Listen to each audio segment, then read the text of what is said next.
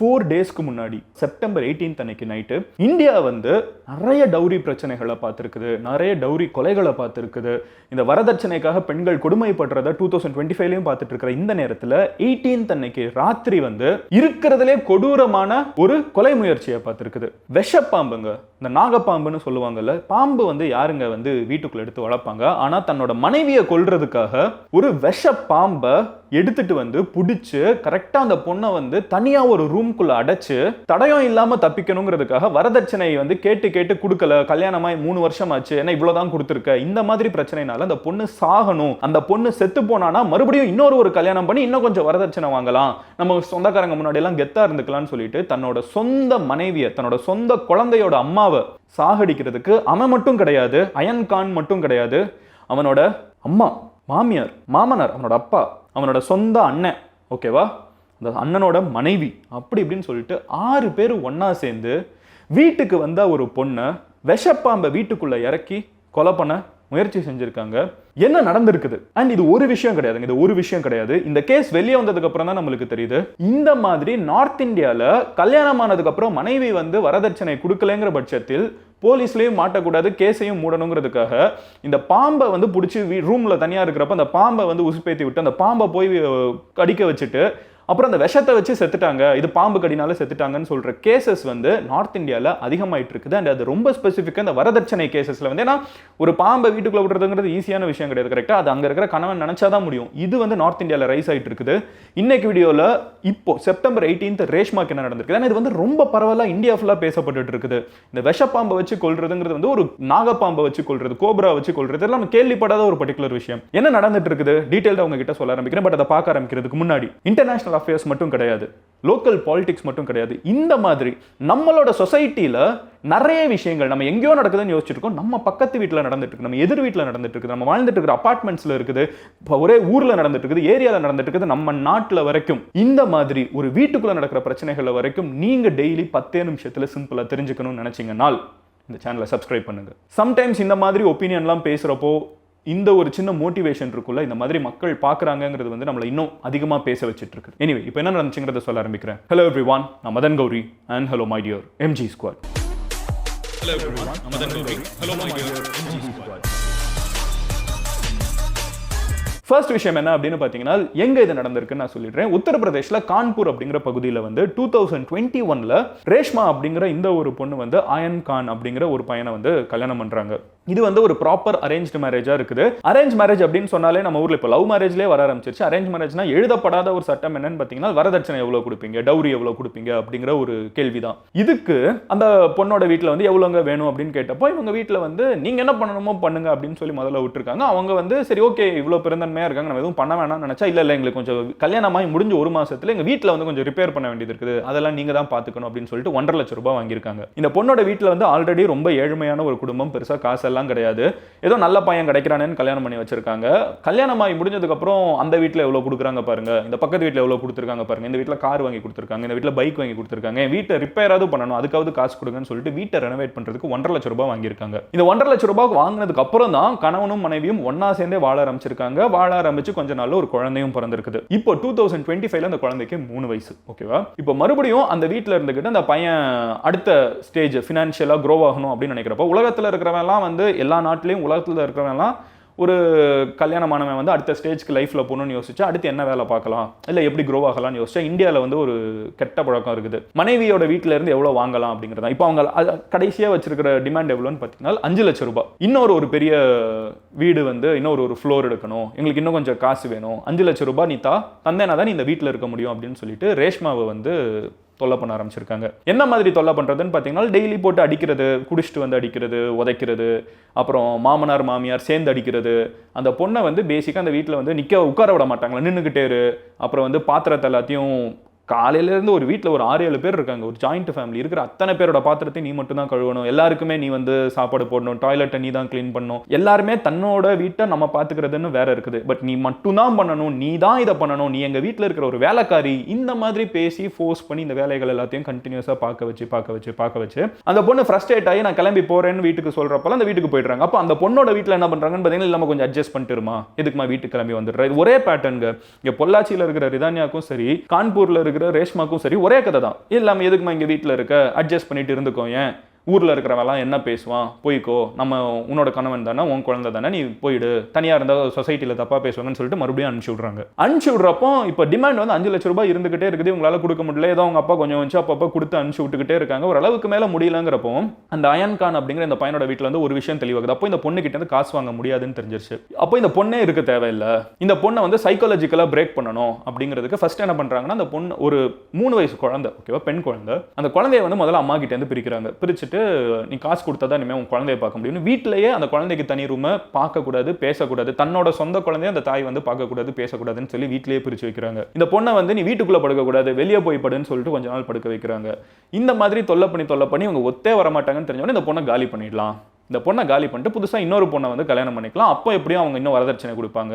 Genuine பொறாம, பக்கத்து வீட்டில் இவ்வளோ வாங்கிட்டாங்க, இவங்க வீட்டில் வாங்கிட்டாங்க, அப்போ நம்ம வீட்டில் வாங்க முடியல, அப்போ இந்த பொண்ணே தேவையில்லை, இவங்க கிட்ட உண்மையிலே காசு இல்லை, அப்போ இந்த பொண்ணை காலி பண்ணணும். இந்த பொண்ணை வந்து காலி பண்ணணும், இவங்க கொல்லணும் அப்படின்னு முடிவு பண்ணிட்டாங்க. இப்போ கொல்லணும்னா ஜெயிலுக்கும் போகக்கூடாது. அப்போ அதுக்கு அவங்க யூஸ் பண்ணுற மெத்தட் என்னன்னு பார்த்தீங்கன்னா பாம்பு. ஓகேவா, பாம்பை வந்து அவங்க என்ன பண்ணுறாங்கன்னா, அந்த பொண்ணை நீங்கள் ராத்திரி வந்து மறுபடியும் குழந்தைய தனியாக கொண்டு போயிட்டாங்க. ஒரு லாஸ்ட் 2-3 டேஸாகவே இந்த பொண்ணை வந்து தனியாக நீங்கள் ரூமில் படு, உனக்கு யாருமே கிடையாது, நீ வந்து காசை கொடுத்துட்டு என் குடும்பத்தில் மறுபடியும் ஜாயின் பண்ணிக்கணும்னு சொல்லிட்டு ஒரு சின்ன ரூம், ஓகேவா, அந்த ரூமுக்குள்ளே வீட்டுக்கு வெளியில் வந்து படுக்க வச்சிடுறாங்க. படுக்க வச்சுட்டு இருக்கிற இந்த நேரத்தில் இந்த வீட்டில் வந்து இந்த ஜென்ரலாக இந்த வெளியில் இருக்கிற குட்டி ரூம்ஸ்லாம் தண்ணி ஏதாவது சேர்ந்துருச்சுன்னா, மழை தண்ணி இருந்துச்சுன்னா வெளியே போகிறதுக்கு சின்ன டிச் வச்சுருப்பாங்கல்ல, அந்த டிச்சுக்குள்ளே ஒரு கோப்ரா, ஓகேவா, சாதாரண பாம்பில் கோப்ரா, ஃபுல் வெனமஸ் கோப்ராவை வந்து உள்ளுக்குள்ளே விட்டு, லைட்டு கிடையாது அந்த ரூமில், அந்த பொண்ணு வந்து படுத்துட்டு இருக்கப்போ உள்ளே விட்டு அந்த பொண்ணை வந்து கடிச்சிருச்சுன்னு தெரியுது. அந்த பொண்ணு கத்த ஆரம்பிக்கிறாங்க. வெளியில் என்ன நடக்குது அந்த பொண்ணுக்கு தெரியாது, தெரியாமல் பாம்பு வந்துருச்சுன்னு சொல்லி கத்த ஆரம்பிக்கிறாங்க. கத்துறப்போ தான் வெளியில் வந்து மாமனாரோட சவுண்டு கேட்குது, மாமியாரோட சவுண்டு கேட்குது, கணவனோட சவுண்டு கேட்குது,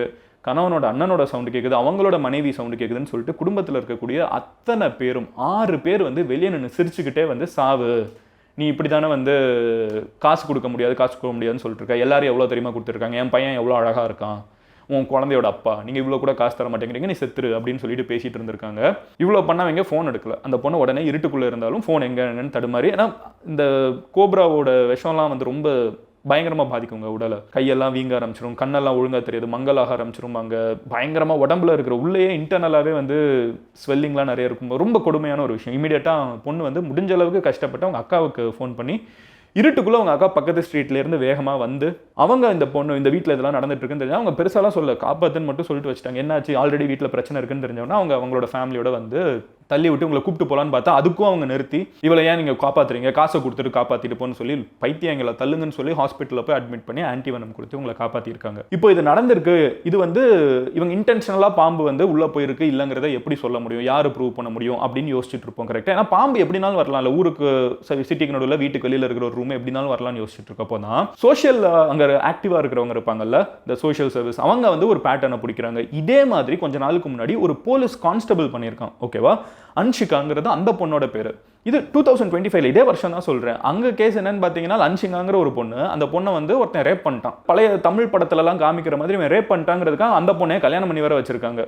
ஏன்னா அப்போனா தான் நீ ஜெயிலுக்கு போக மாட்டே, இல்லை அந்த பொண்ணு ரேப் கம்ப்ளைண்ட் கொடுத்து ஜெயிலுக்கு போயிடுவேன். ஸோ இப்போ ரேப் பண்ணவனே புருஷன், ஓகேவா, அவன் வந்து அதுக்கப்புறம் எக்ஸாம் எழுதி ஆல்ரெடி எக்ஸாம் எழுதியிருக்கான். இப்போ போலீஸ் கான்ஸ்டபிள் ஆகிடும்.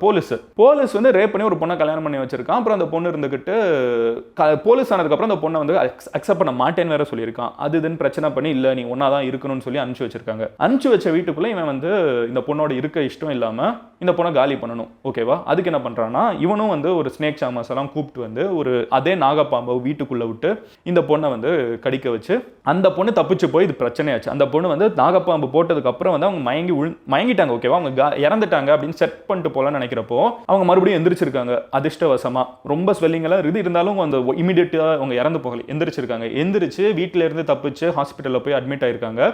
அங்கே இவங்க காப்பாற்றப்பட்டதுனால தான் இப்படி கணவர்கள் வந்து இந்த மாதிரி ஒரு புது மெத்தடை யூஸ் பண்ணுறாங்க. வீட்டில் இருக்கிற மனைவி வந்து தடயம் இல்லாமல் சாக வைக்கிறதுக்கு பாம்பு கடி அப்படின்னு ப்ராக்டிஸ் பண்ணுறாங்கன்னு தெரிய வந்திருக்குது. அதை ஃபாலோ பண்ணி இவங்க இங்கே பண்ணியிருக்காங்க. இது நார்மல் ரேண்டமாக நடந்த ஒரு இன்சிடென்ட் கிடையாது. இதுக்கு பின்னாடி ஸ்னேக் சாமர்ஸ் இருக்காங்கன்னு சொல்லிட்டு இந்த பாம்பு பிடிக்கிறவங்க அவங்களெல்லாம் பிடிச்சிட்டு வந்தால், ஆமாம் இது ஒரு பெரிய பேட்டர்னாக இருக்குது.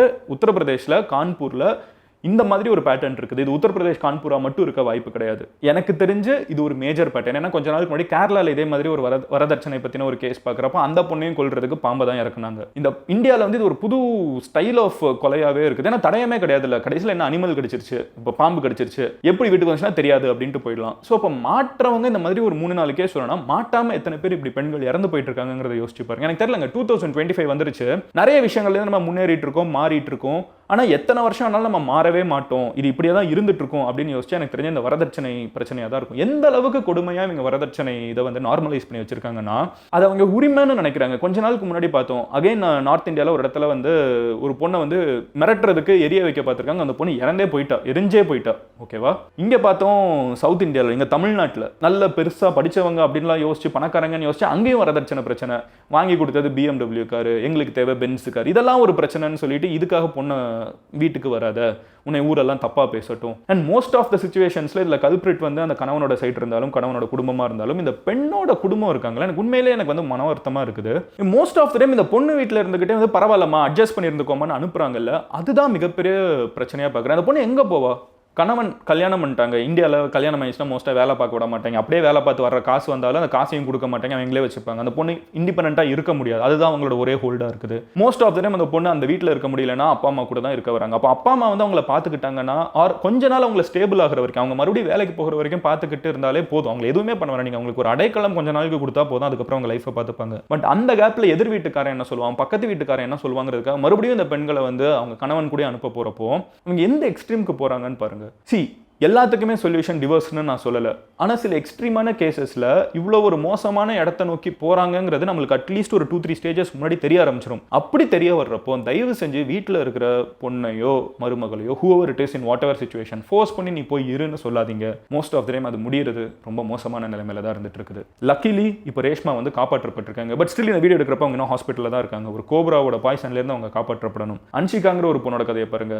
ரேப் பண்ணானா அதுக்காக மானத்துக்காக வந்து அந்த பொண்ணே கல்யாணம் பண்ணிக்கிட்டானா, இதெல்லாம் என்னன்னே எனக்கு புரியல. எத்தனை வருஷம் ஆனாலும் இதெல்லாம் வந்து அகைன் இது நார்த் இந்தியன் பிரச்சனைன்னு யோசிக்காதீங்க. கோயம்புத்தூர்ல பொள்ளாச்சியில் தானே இப்போ நடந்துச்சு. நம்ம ஊர்ல பெரிய பணக்கார வீடு, பெரிய பெரிய ஆட்கள், பெரிய மானம் பிரச்சனை அப்படி இப்படின்லாம் யோசிச்சு இது அவ்வளோலாம் ஒண்ணுமே கிடையாதுங்க. உலகத்தில் இருக்கிற மானம் வந்து ஒரு பொண்ணோட வாழ்க்கையில் இல்லை, அது அவன் கையில தான் இருக்குது. அவன் எப்படி பிஹேவ் பண்றான்னு இருக்குது. இவ்வளோ கேவலமா பிஹேவ் பண்ணி இவ்வளோ மோசமான ஆம்பளைங்களே வெளியே சுத்துறப்போ யாரோட மானமும் ஒரு தப்பான கணவனால ஒரு பொண்ணு வீட்டில் போயிட போறது கிடையாது. தயவு செஞ்சு அதை மட்டும் புரிஞ்சுக்கோங்க. தயவு செஞ்சு வீடியோ நிறைய பேர்கிட்ட ஷேர் பண்ணுங்க. ஃபேமிலி குரூப்ஸ்ல, ஃப்ரெண்ட்ஸோட சர்க்கிளில் உங்களுக்கு தெரிஞ்ச ஏதாவது ஒரு ஃப்ரெண்ட் இந்த மாதிரி வரதட்சணை கொடுமையினால பாதிக்கப்பட்டு இருக்காங்கன்னா லீவ் தம். அவங்கள விட்டுட்டு நீங்கள் கிளம்பி வந்துருங்க. ஒரு பையனோ ஒரு எந்த சுச்சுவேஷனாக இருக்கட்டும், ஒரு பையன் வந்து உங்களை ஒரு காசுக்காக கல்யாணம் பண்ணியிருக்கானா அவன் எந்த விதத்துலையும் அது இருக்கிற வரைக்கும் தான் உங்களை நல்லா பார்த்து, அது ஒரு ரெண்டல் சர்வீஸ் மாதிரி இருக்குல்ல, கரெக்டாக நீங்கள் இவ்வளோ ரெண்ட் கொடுக்குறீங்க, இந்த வீட்டில் இருந்துக்கலாம். அந்த ரெண்ட் நிற்கிறப்போ பிரச்சனை ஆகுது இல்லை மறுபடியும். ஸோ அப்படி ஒரு விஷயம் வேணாம். அதை அசிங்கப்படுத்தி நம்ம வந்து தாண்டி அடுத்த ஸ்டேஜுக்கு போக வேண்டிய நிலைமைக்கு வந்துட்டோம். அதை க்ளோரிஃபை பண்ணாதீங்க, அதை ரொமான்டிசைஸ் பண்ணாதீங்க. அது அன்பும் கிடையாது, லவ்வும் கிடையாது, ஒரு மண்ணும் கிடையாது. நாளைக்கு இன்னொரு வீடியோவில் பார்க்குறேன். Sorry for being rude and strong, but I think it's time. ஏன்னா எத்தனையோ ஜென்ரேஷனாக இதை சகிச்சு நம்ம கிட்ட கொடுத்துட்டாங்க. நான் இதை என்னோட குழந்தைங்களுக்கு கொண்டு போகிறதுக்கு ரெடியாக இல்லை. என் கூட நீங்களும் சேருங்க. நம்ம இந்த சண்டை எடுக்கலைன்னா நாளைக்கு அவங்களும் பாதிக்கப்படுவாங்க. I'll see you tomorrow. Until then, நீங்கள் வேறு ஏதாவது டாபிக் நான் பேசணும்னு நினச்சிங்கன்னா அது என்னங்கிறத கமெண்ட் செக்ஷனில் சொல்லுங்கள். நீங்கள் பர்சனலாக என்னை ஃபாலோ பண்ணணும்னு நினச்சிங்கன்னா எந்த சோஷியல் மீடியாவினாலும் மதன் குரியன்னு சொல்லி சர்ச் பண்ணுங்கள். அண்ட் இந்த மாதிரி வேர்ல்டு ஃபுல்லாக நடக்குங்கிறது மட்டும் இல்லை, நம்மளுக்கு ரெலவெண்ட்டாக நம்ம வாழ்க்கையில் நம்ம கலாச்சாரத்தில் என்ன நடந்துட்டு இருக்கு, நம்ம நாட்டில் என்ன நடந்துட்டு இருக்குங்கிறத நீங்கள் டெய்லி தெரிஞ்சுக்கணும்னு நினச்சா கூட சேனலை சப்ஸ்கிரைப் பண்ணி MG ஸ்குவாடில் சேருங்க. பாய், cheers, stay strong, stay bold.